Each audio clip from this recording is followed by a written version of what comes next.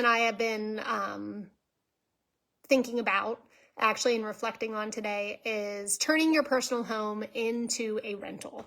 And so I want to take a couple of minutes and just talk about that, because I definitely think that it is a great way to get started into investing in rental property, because the reality is, especially now because everything in our world costs so much more money, and budgets are tighter.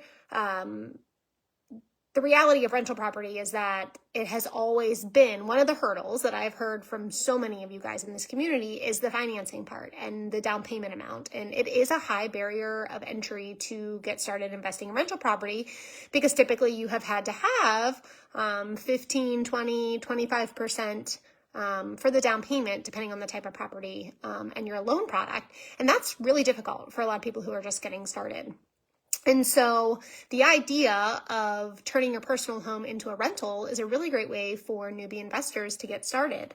And it is a version of house hacking. So if you've been around and you've been starting to do some research and investing in rental property, and you hear about this idea of house hacking, it's that idea of like buying a property, living in it, potentially fixing it up if you need to, and then renting it out. And that's actually exactly what we did to get started. So back in 2009, it was right before we were married, I bought a condo that we then moved into after we got married. And so we bought this condo in a really great area in Northern Virginia, which is where we lived. And we knew when we bought it that our plan was to turn it into a rental. So I want to get to that. I want to make like a pin of getting back to that idea of the pre-planning of it. And I'll get there in a minute. But we bought bought the condo. We knew we wanted to turn it into a rental because we knew it wasn't going to be, like a forever place for us to live in. Bought it, lived in it for a little while because it was a owner-occupied home. I only had to put down, I think, like 3.5%. So it wasn't this huge down payment. I was just getting started in my career as a teacher. So I just came out of college. Obviously, I didn't have a lot of money. And so I was able to manage that. We lived in it for a few years. And then that's when we had our first baby and we needed some more space, and we had made the move to Pennsylvania. So we moved out of the condo in Virginia, moved to Pennsylvania, and we turned it into a rental. And so we were self-managing our rental from Pennsylvania in Virginia.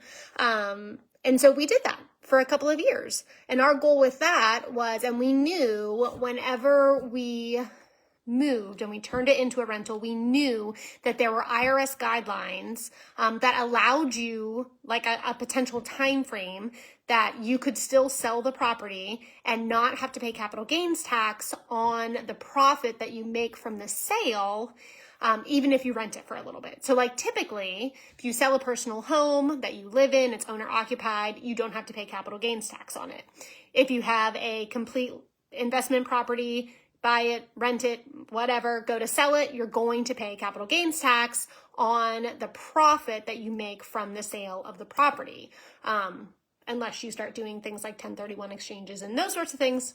That's for another video one day. But you're going to pay that. So we pre-planned, and we knew, okay, we're going to rent it out for, I think at that point it was I think we were able I think it was 3 years. I think the timeline at that point was 3 years. You had a 3-year buffer, and then as long as you sold it within the 3 years, you didn't have to pay the gains on the profit. So that's what we did. And that's one of the ways that we got started, because it was just, like many of you newbie investors, you don't have a lot of money for a down payment. And it's just a great way to do it. Is it quick? No. You may have to live in the property for a year or two before you're able to then, jump and go somewhere else and start renting that out. Another great way, so that's just something you have to think about. It's definitely not a sprint. This is not the I'm gonna, make this passive income and quickly. That's not gonna happen. It does take a little while, but it's a really great way to get started. So for a lot of you that are here in this community, I know that that's why you're here and you're looking for tips and tricks for that. So that I just wanted to share and go into a little bit more detail than just what I was posting on Instagram, which was something really short and a snippet of that idea. The only other thing I want to mention is the pre-planning aspect of it. So if you can pre-plan this and think about it ahead of time, there's like two ways to do this. You're either listening to this video and you're like, well, I like this idea. I live in the property right now and I want to turn it into a rental, right? So you didn't necessarily buy the property with the intent to turn it into a rental. So if that's you, if you're watching this and you're like, okay, I like this, I want to look into it, I want to see if I could turn my property into a rental, my biggest piece of advice for you would be you have to start doing some research on your type of property, whether it's, you know, like a 3-bedroom single family house, or is it a condo, or is it a townhouse, or whatever it is. Start doing some research on what that type of property could rent for in your market. Because if you sit down and you're like, yes, I love this idea, Emily, awesome, like I want to do this, and then you go find out that the rent that you could get for it is less than your mortgage, well, then that's not ideal for you.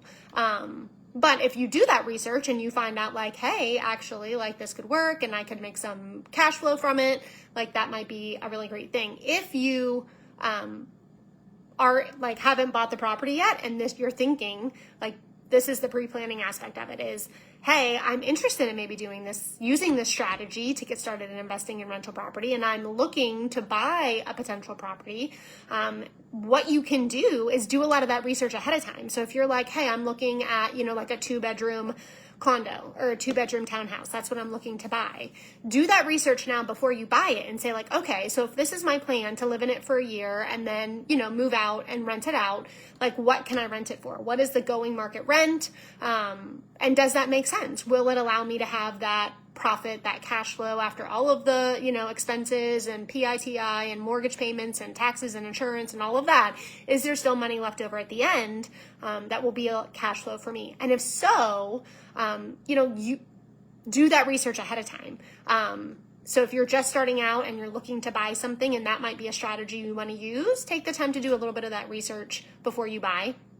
And that will allow you to better plan for the potential to turn that over into a rental. So hope that helps.